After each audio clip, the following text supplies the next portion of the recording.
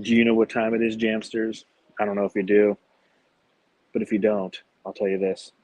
It's time for the Suns Jam Session podcast coming to you live from Suns Media Day.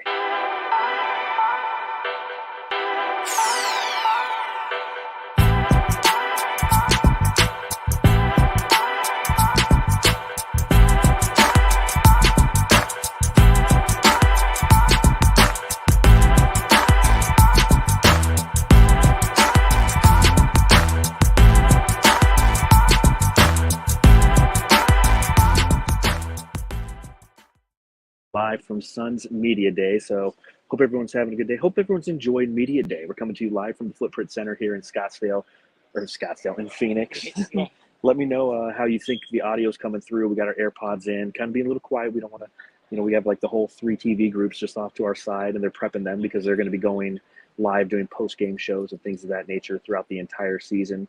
But looking forward to another fun, exciting season of Suns basketball. So that brings me to my first question. Oi, Matty. Mate, I've got to ask. Oi, Matty, mate, I've got to ask. How's the first Suns Media Day for you? This is unbelievable, man. It is unbelievable. Plus, I think just coming here and experiencing the whole thing all day long, you really get to kind of learn their personalities up close. When you watch these things from afar, on YouTube, sometimes it can get maybe a little bit boring as they kind of dwindle down to the other guys, like Devin Booker and Kevin Durant, but hearing them up close, seeing them walking around and stuff, it's a trip. It's a lot of fun. Yeah, it's actually, for those of you who watched the actual press conferences that were on AZ Family, you probably had an opportunity to kind of see and get to know a lot of the different basic answers that you're going to get from James Jones, from Matt Ishbia, from Beal and everybody. Whereas as you get a little bit further down the roster, if you will, you really have an opportunity to get to know some of the players. Out of everybody who was interviewed today, who was your favorite interview so far? You know what? Probably Grayson Allen. Is that weird? That was a good one. That was a really good one. That one, he really in depth with every question, and I think he kind of got the feeling like, there's a lot of bad things said about him. They're saying they can't hear you, Matt. They can't hear me at all? Yeah. Is it on? Can you hear me, everybody? This is great. Can't hear Matty. Should I just turn the mic right Just talk into my ear. Can you hear me now? I have no idea. Okay, should I just turn this mic on then? Yeah, maybe. Oh, it's already on. Can you hear me, everybody? Can you hear John? Can you hear me? Give me a thumbs up if you can hear me. This is well planned out. Yeah, we tried this. People commenting, can you hear me talk? If I'm talking right now, can you hear me? 1 2 1 2. Microphone checker. Nobody's commenting all of a sudden. Come on, we need you, Jamsters. Can you hear Matthew? Can you hear me at all? Can you hear me? Can you hear me now? I'm talking kind of quiet too. We are both talking a little bit quiet. There's a lot of people around. We don't want to disturb anybody. Yes. So they can hear me. Yes. Can you hear Matthew? Yes. Matthew, talk. Yes. Can you hear me? All right, we're good. I think it's because I touched the headphone. That's probably right. All right, so back to the question for Matthew. Who was your favorite interview so far? Yes, it was Grayson Allen. Well, hold on.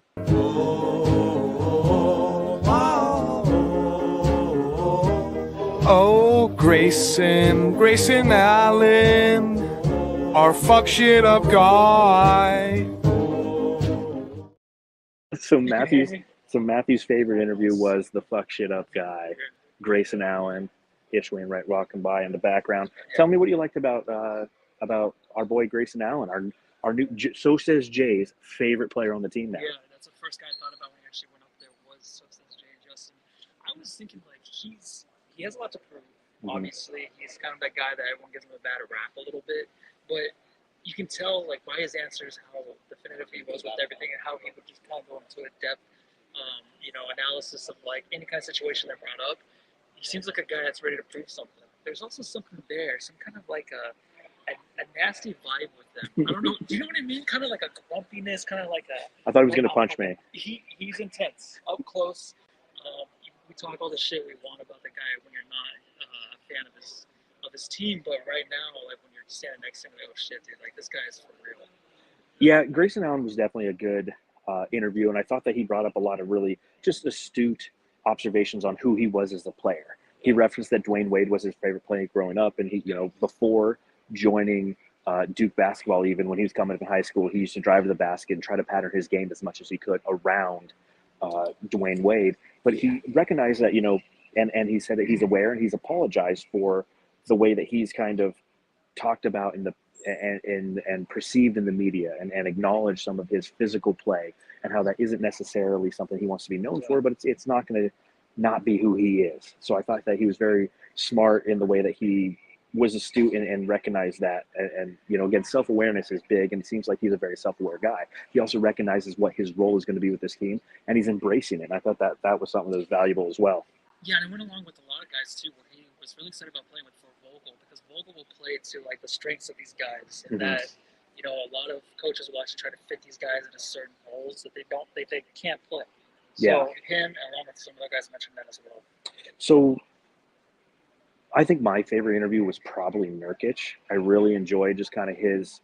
Wow, they're doing some shit inside the arena. You see that? See all the lights flashing? Actually, I went in there to go look. They're just doing like the entrances. Oh man! Yeah, so I'm gonna be in the entrance. When you come to the actual. It's Matthew just peeking in. He's peeking in and saying, "Hey, what's?" Bald head, just looking at the lights going on. And if everybody's wondering, Matthew, you're like what, 6'4"? Yeah, 6'4". Okay, and like I'm 6 foot, so yeah, he's the dude's taller. Are they already talking about it? Oh yeah, everyone always. Whenever people meet you, whenever we walk through this arena, people meet you. They go, "Hey Matthew, it's a pleasure to meet you up there. How's the weather?" There you go. Now I look fat when you're doing that. All right. Again, a couple things that we should address right off the bat. The Phoenix Suns are very aware that and Brass knew that we were going to come in and we were going to ask questions about, DeAndre Ayton is no longer a member of this team.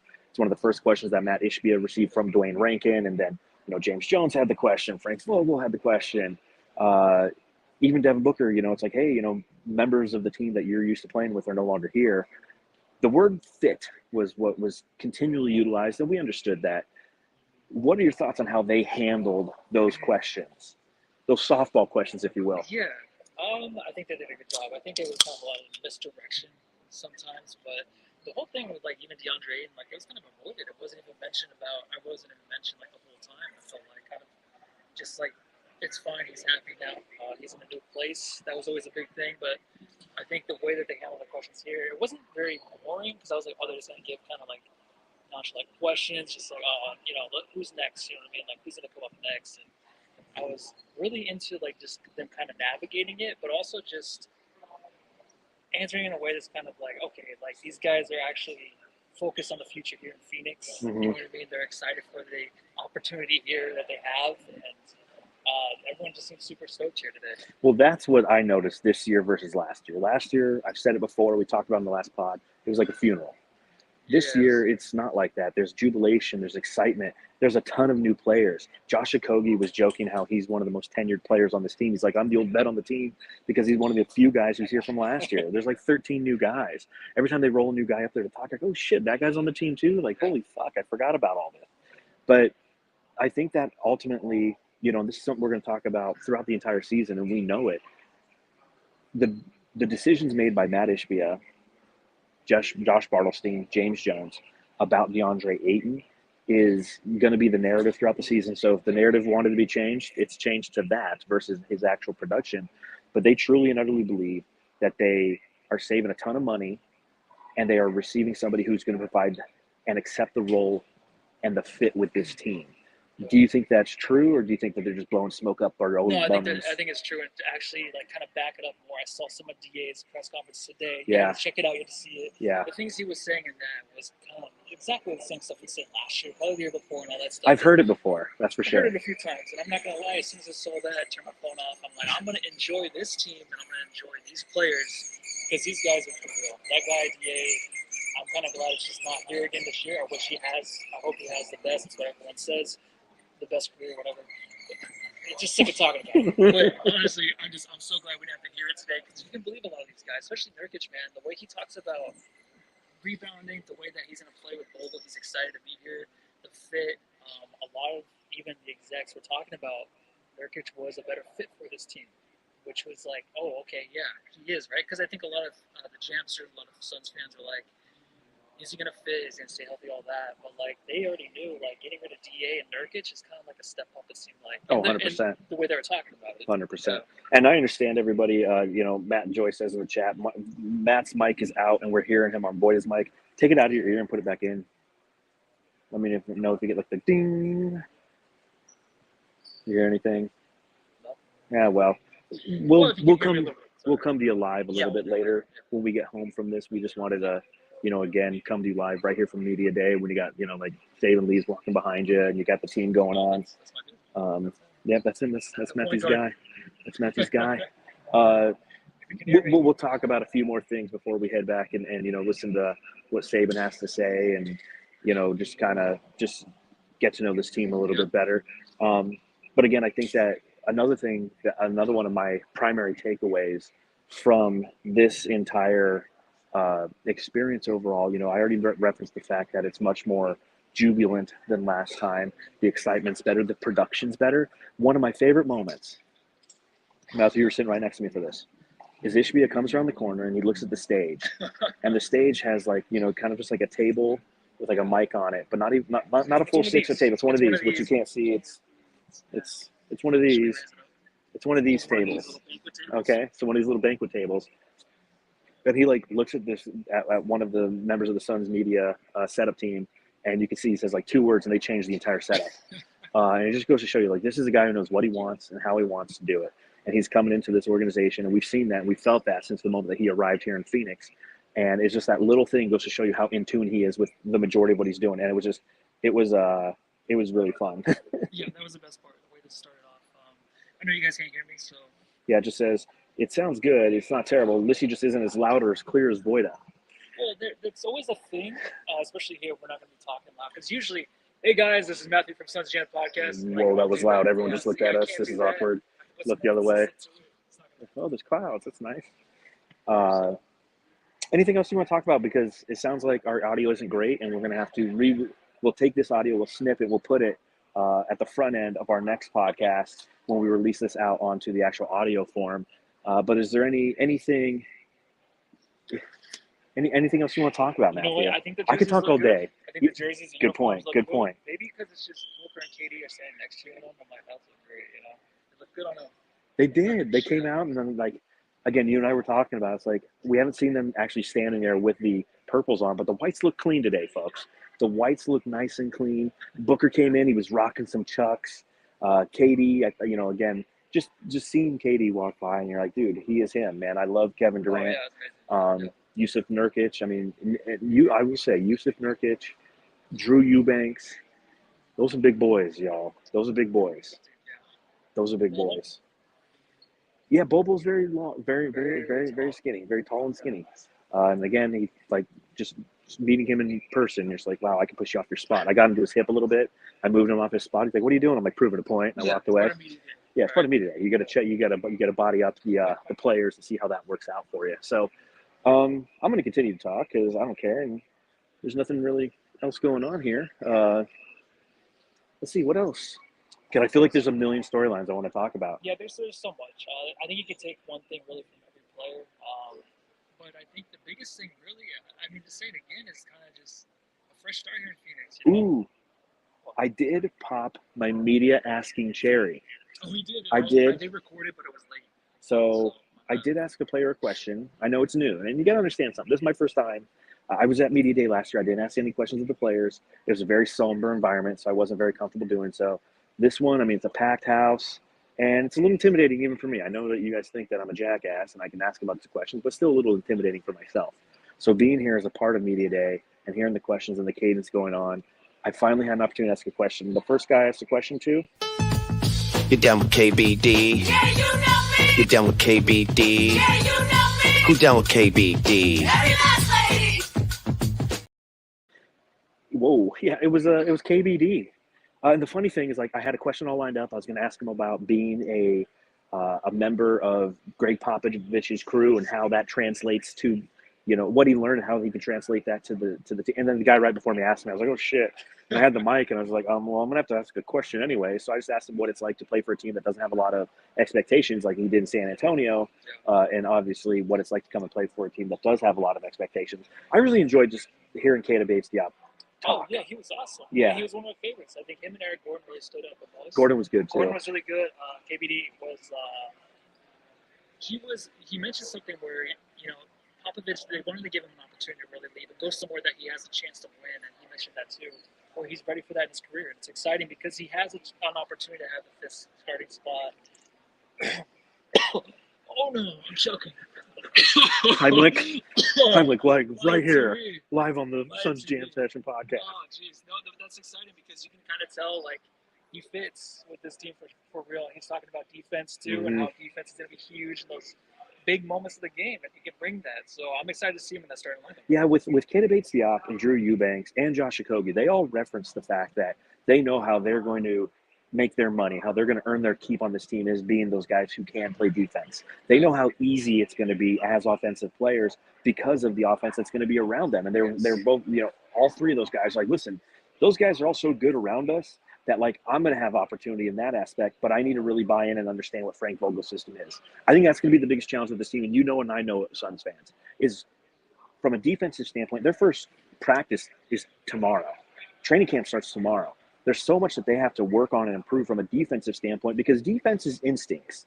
Offense can be too, but defense is instincts and trusting each other. And knowing that if I'm trying to D up this player and he slides by me, that you're right there to have my back and vice versa. And you have to learn each other's rhythms and where you're going to be on the court, where they're going to be on the court. And that takes time and repetitions. And that's where this is going to be a big challenge for the Suns. Because again, as we mentioned at the front end, there's so many I think there's 13 new players on this team. That is a challenge and a half. It is, and it comes back to defense, and I think Vogel too. Like a lot of them mentioned Vogel and how excited they are to play with him. Yes. Kogi didn't mention, and I keep hearing it's a Koji. I don't It's know. a Kogi. It's a Kogi. I keep hearing. I don't know if that's a Bill Simmons thing or someone else, but I keep hearing a Koji.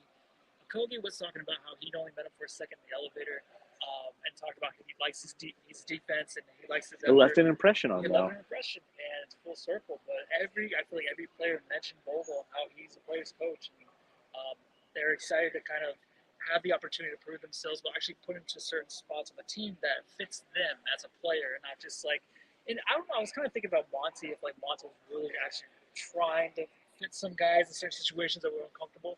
So it's gonna be interesting this year to see how these guys excel even more with the guy and their strengths. Yeah, Monty, I think only one question really kind of slightly referenced him all day, and I thought it was interesting how, and we're included in the media, but we didn't ask any of those questions about, whether or not Monty's, lasting impact and what that is, because again, with so many new guys on this team, it's a moot point now. The past is truly in the past, and that's what this day was like. The off season's like pregnancy, right? Like there's new additions, there's new insertions, and then uninsertions and insertions and uninsertions. And then media day is like when the child's born and you're putting it in front of the entire world and you're saying, hey, this is who we are. This is my kid. Take a look. He's got my eyes. And that's what today feels like. It truly feels like a new birth of the organization, a new opportunity, a new direction. A lot of little things are different around the arena, a lot of excitement around the team. And it's something that definitely wasn't felt last year. And it's something you have to embrace because, you sit there and you hear the stories of these players. Multiple players played on the Spurs, right? You have Chimezie Metu, you have Drew Eubanks, and you have Bates-Diop, who all played for the Spurs. Well, guess what? The Spurs have been a struggling franchise for, since Tim Duncan left. So the culture that James Jones right there has put in place is something that is exciting, and you have to appreciate and value it because so many players are fighting, and the reason that they took veteran minimum deals on 2-year contracts that include a player option to come to Phoenix is for this right here, is for this opportunity to play in an organization and play in the confines of something that could be the successful. And you could see the excitement when they were being interviewed about it. Yeah, I think so. The only one guy that stuck out, I was like, oh, is he even excited? It was Grayson Allen, baby. But everybody else seemed they were ecstatic to be here. He did stick out. I was like, oh, he kind of seemed grumpy. Who was it? Grayson Allen. Yeah, Didn't he seem like a little grumpy? well, Grayson Allen, here's what I've noticed about Grayson Allen. For those of you who saw the drop earlier, I know I need to work on it a little bit because the singing's not good on it. But when Grayson Allen's interviewed, he sits like this. He's very just like closed off. Like his body language is closed off. And the first question that Rankin hit him with is talking about how he's a dirty player.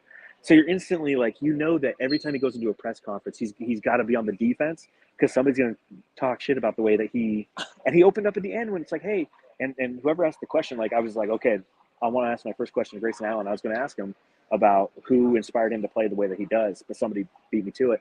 And he was talking about Dwayne Wade. And you saw the excitement. You saw the excitement as a basketball player kind of open up with that question. Yeah, because it doesn't fit him really, right? You don't see it because he even talked about when he came over to the NBA, he was just a shooter. But Yeah. in like college, he was more of a driver.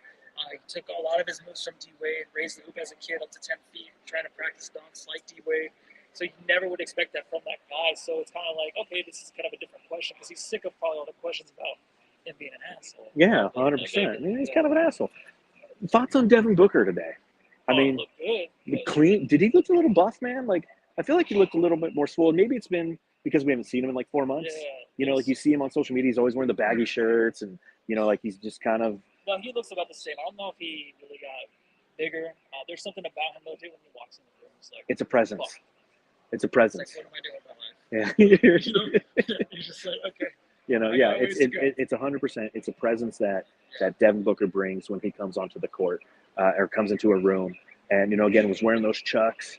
One thing that I did like, Booker, Durant, and Beal all said, "Yo, I want to play in the Olympics." Yeah. You know, Booker's like, "Let's do it." Durant said, "I will play on the Olympic team." And then when asked if he was to be invited, would he be interested in doing so? Beal said the same thing. He's like, "I'd love to play for the Olympic team." Now, granted, that's a season away. Win a championship first, guys. Please.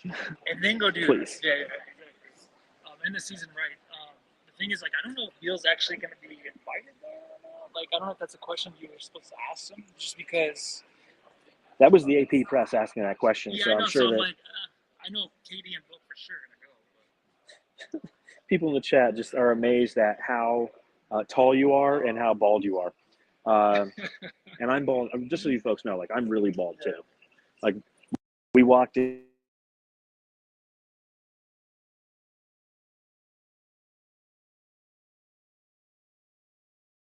My liquor orders today.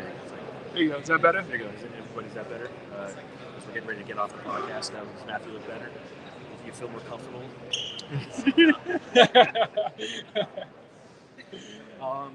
Takeaways from the entire experience, Matthew.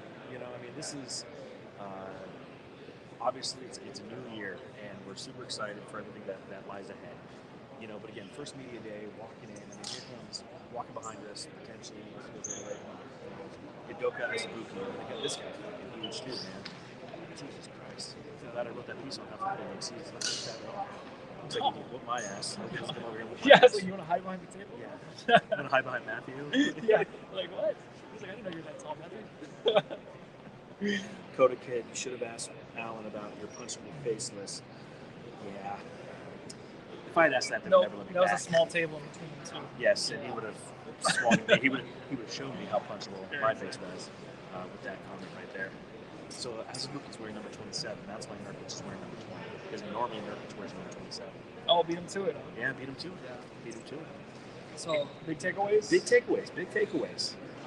Just, I'm excited. That's the biggest takeaway. I think being here was really the experience of a lifetime. Being close to these players and really hearing some really thought out, well said. I guess it wasn't a lot of bullshit. I think there was some really. There were some softballs at the beginning, Katie, right? Katie was intense. I think Book was intense. I like how Katie corrected that one cat. Dude, Katie's glare, because he was actually answering a question like that behind me. Yeah, Dave. His glare.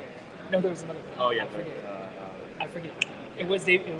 But he was looking like, that's intense. Like someone put on Twitter, like he looks like a predator up there with his eyes. He's terrifying. Yeah, so that's my biggest takeaway is Katie is terrifying. You know, on Twitter sometimes you guys say he's a bee or something. No, yeah. Anyways, what about you, man?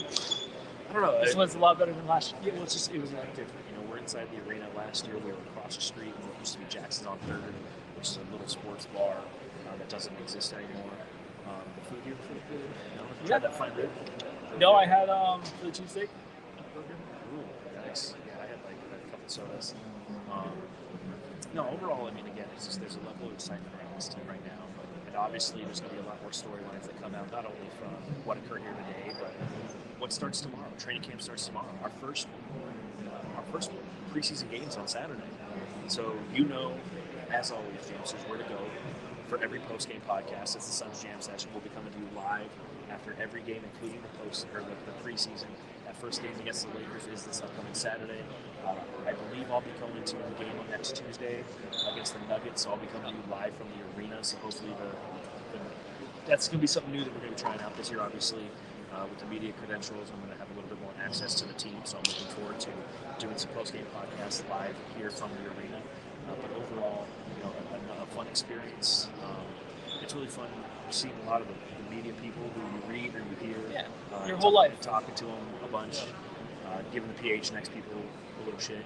Gerald Bourguet was wearing shorts today, so I had to give him some shit. Yeah, for some reason Saul said he couldn't take a seat. Yeah, I don't think we're very serious people, but the fact that they gave us media credentials is actually kind of funny to me. Yeah, I'm like, why am I here? I'm like, hello, my name's John, and I don't know why I'm here, but... I don't know why I'm here. Through my throat, why I'm on air.